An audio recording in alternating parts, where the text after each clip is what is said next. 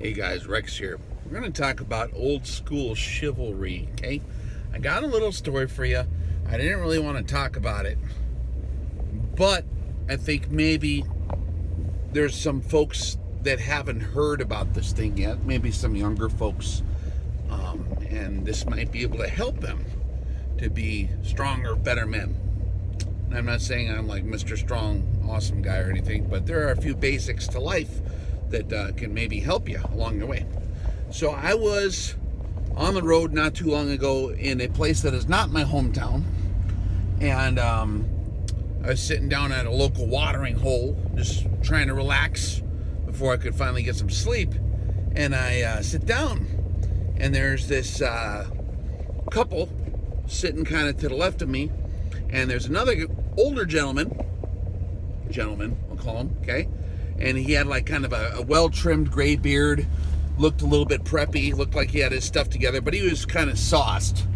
And he started getting real grabby with one of the gals.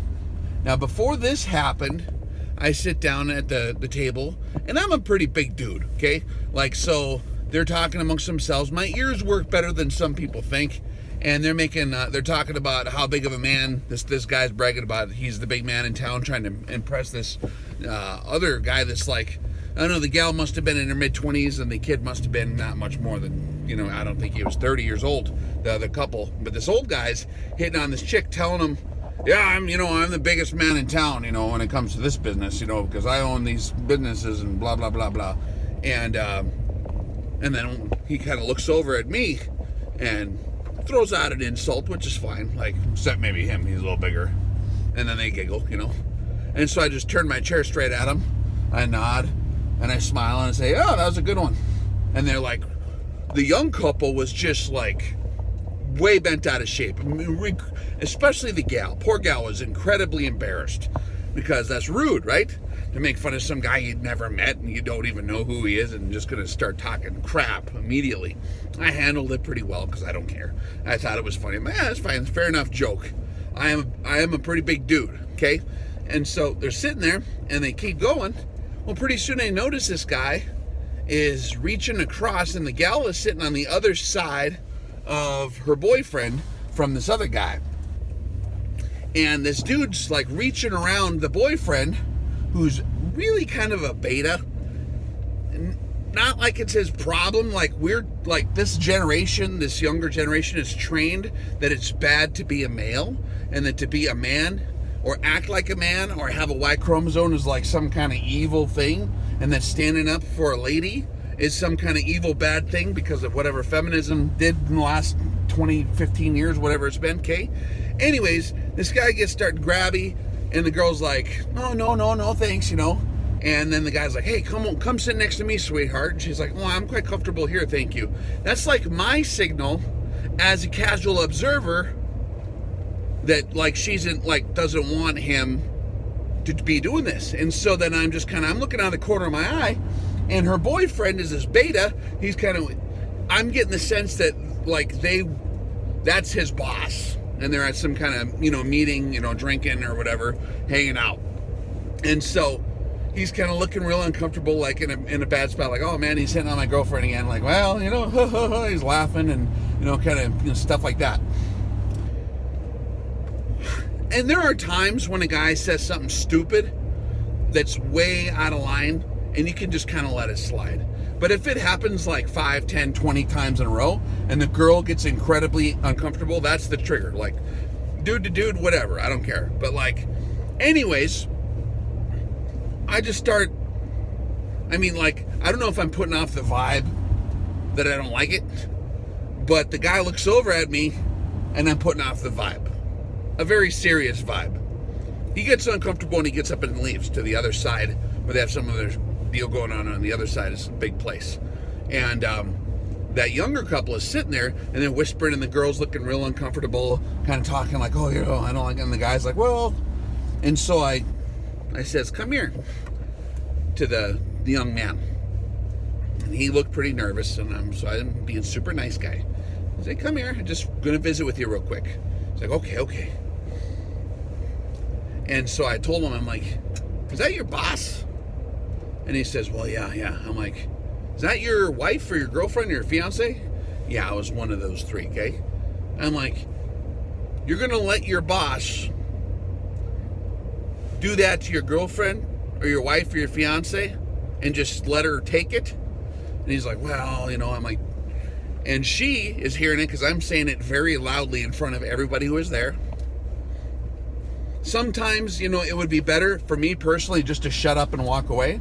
But I was not having it that night. I was not in the mood.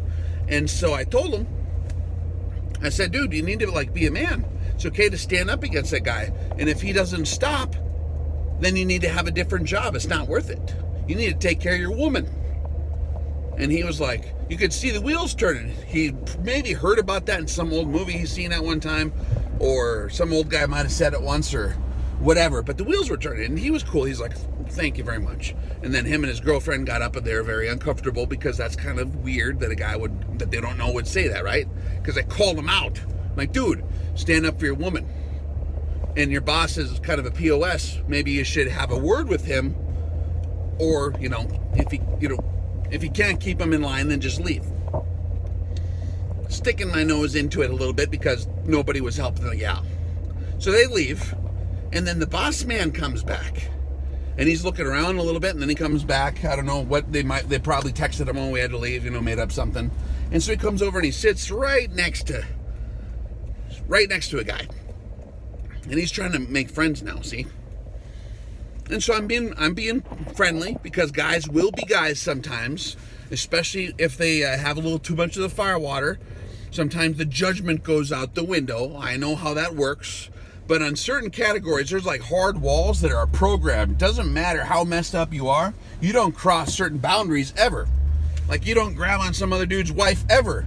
I don't care how many bottles of whiskey you drank. That's not on the list of things that you're allowed to do and get away with it without someone at least saying something.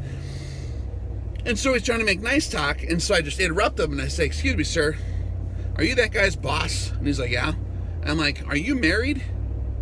And he's like, well, yeah. And I'm like, then why are you grabbing and harassing that gal over there? And he gets real nervous. I reckon he don't want to wrestle around with Rex. That's fine. I don't want to do it either. But I just very straightforwardly, in a gentlemanly fashion, explain to him why that's not cool. And then he starts telling, he's trying to change his subject and save face, so we kind of let him save face. But I made it damn clear that that's not cool. Now, why didn't that guy do it? That's not my job. I'm supposed to take care of my wife, okay? And I'm pretty darn forgiving when it comes to stuff, especially verbally, okay? If it's just words, I've had guys say stuff to me and my wife at a restaurant that was really, really, really, really out of line.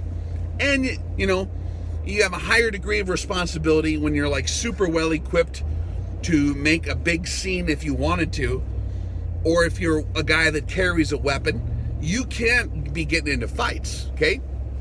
And so, it's one of them things where it's what happened to chivalry? Once you lay hands on a woman that ain't yours, that's wrong. So if you're a man and you see that happening, give the dude a chance, because sometimes they might be super nice. Sometimes I'm nice. I let people say whatever the hell they want. I don't care. I'll just leave. I'll just leave peacefully. And, he'll sleep it off, and he'll feel guilty in the morning if he has a soul. If he doesn't, that's why God invented Judgment Day. I'm not here to worry about it, okay? But once you start, actually laying hands on, it's on. So, assist those other folks in the generation that exists now, that it's assist them in being a man. Remind them of their Y chromosome. Tell them that's totally okay to have. And it's actually required of them, and honor dictates that they use that Y chromosome for the purposes in which it was given to you.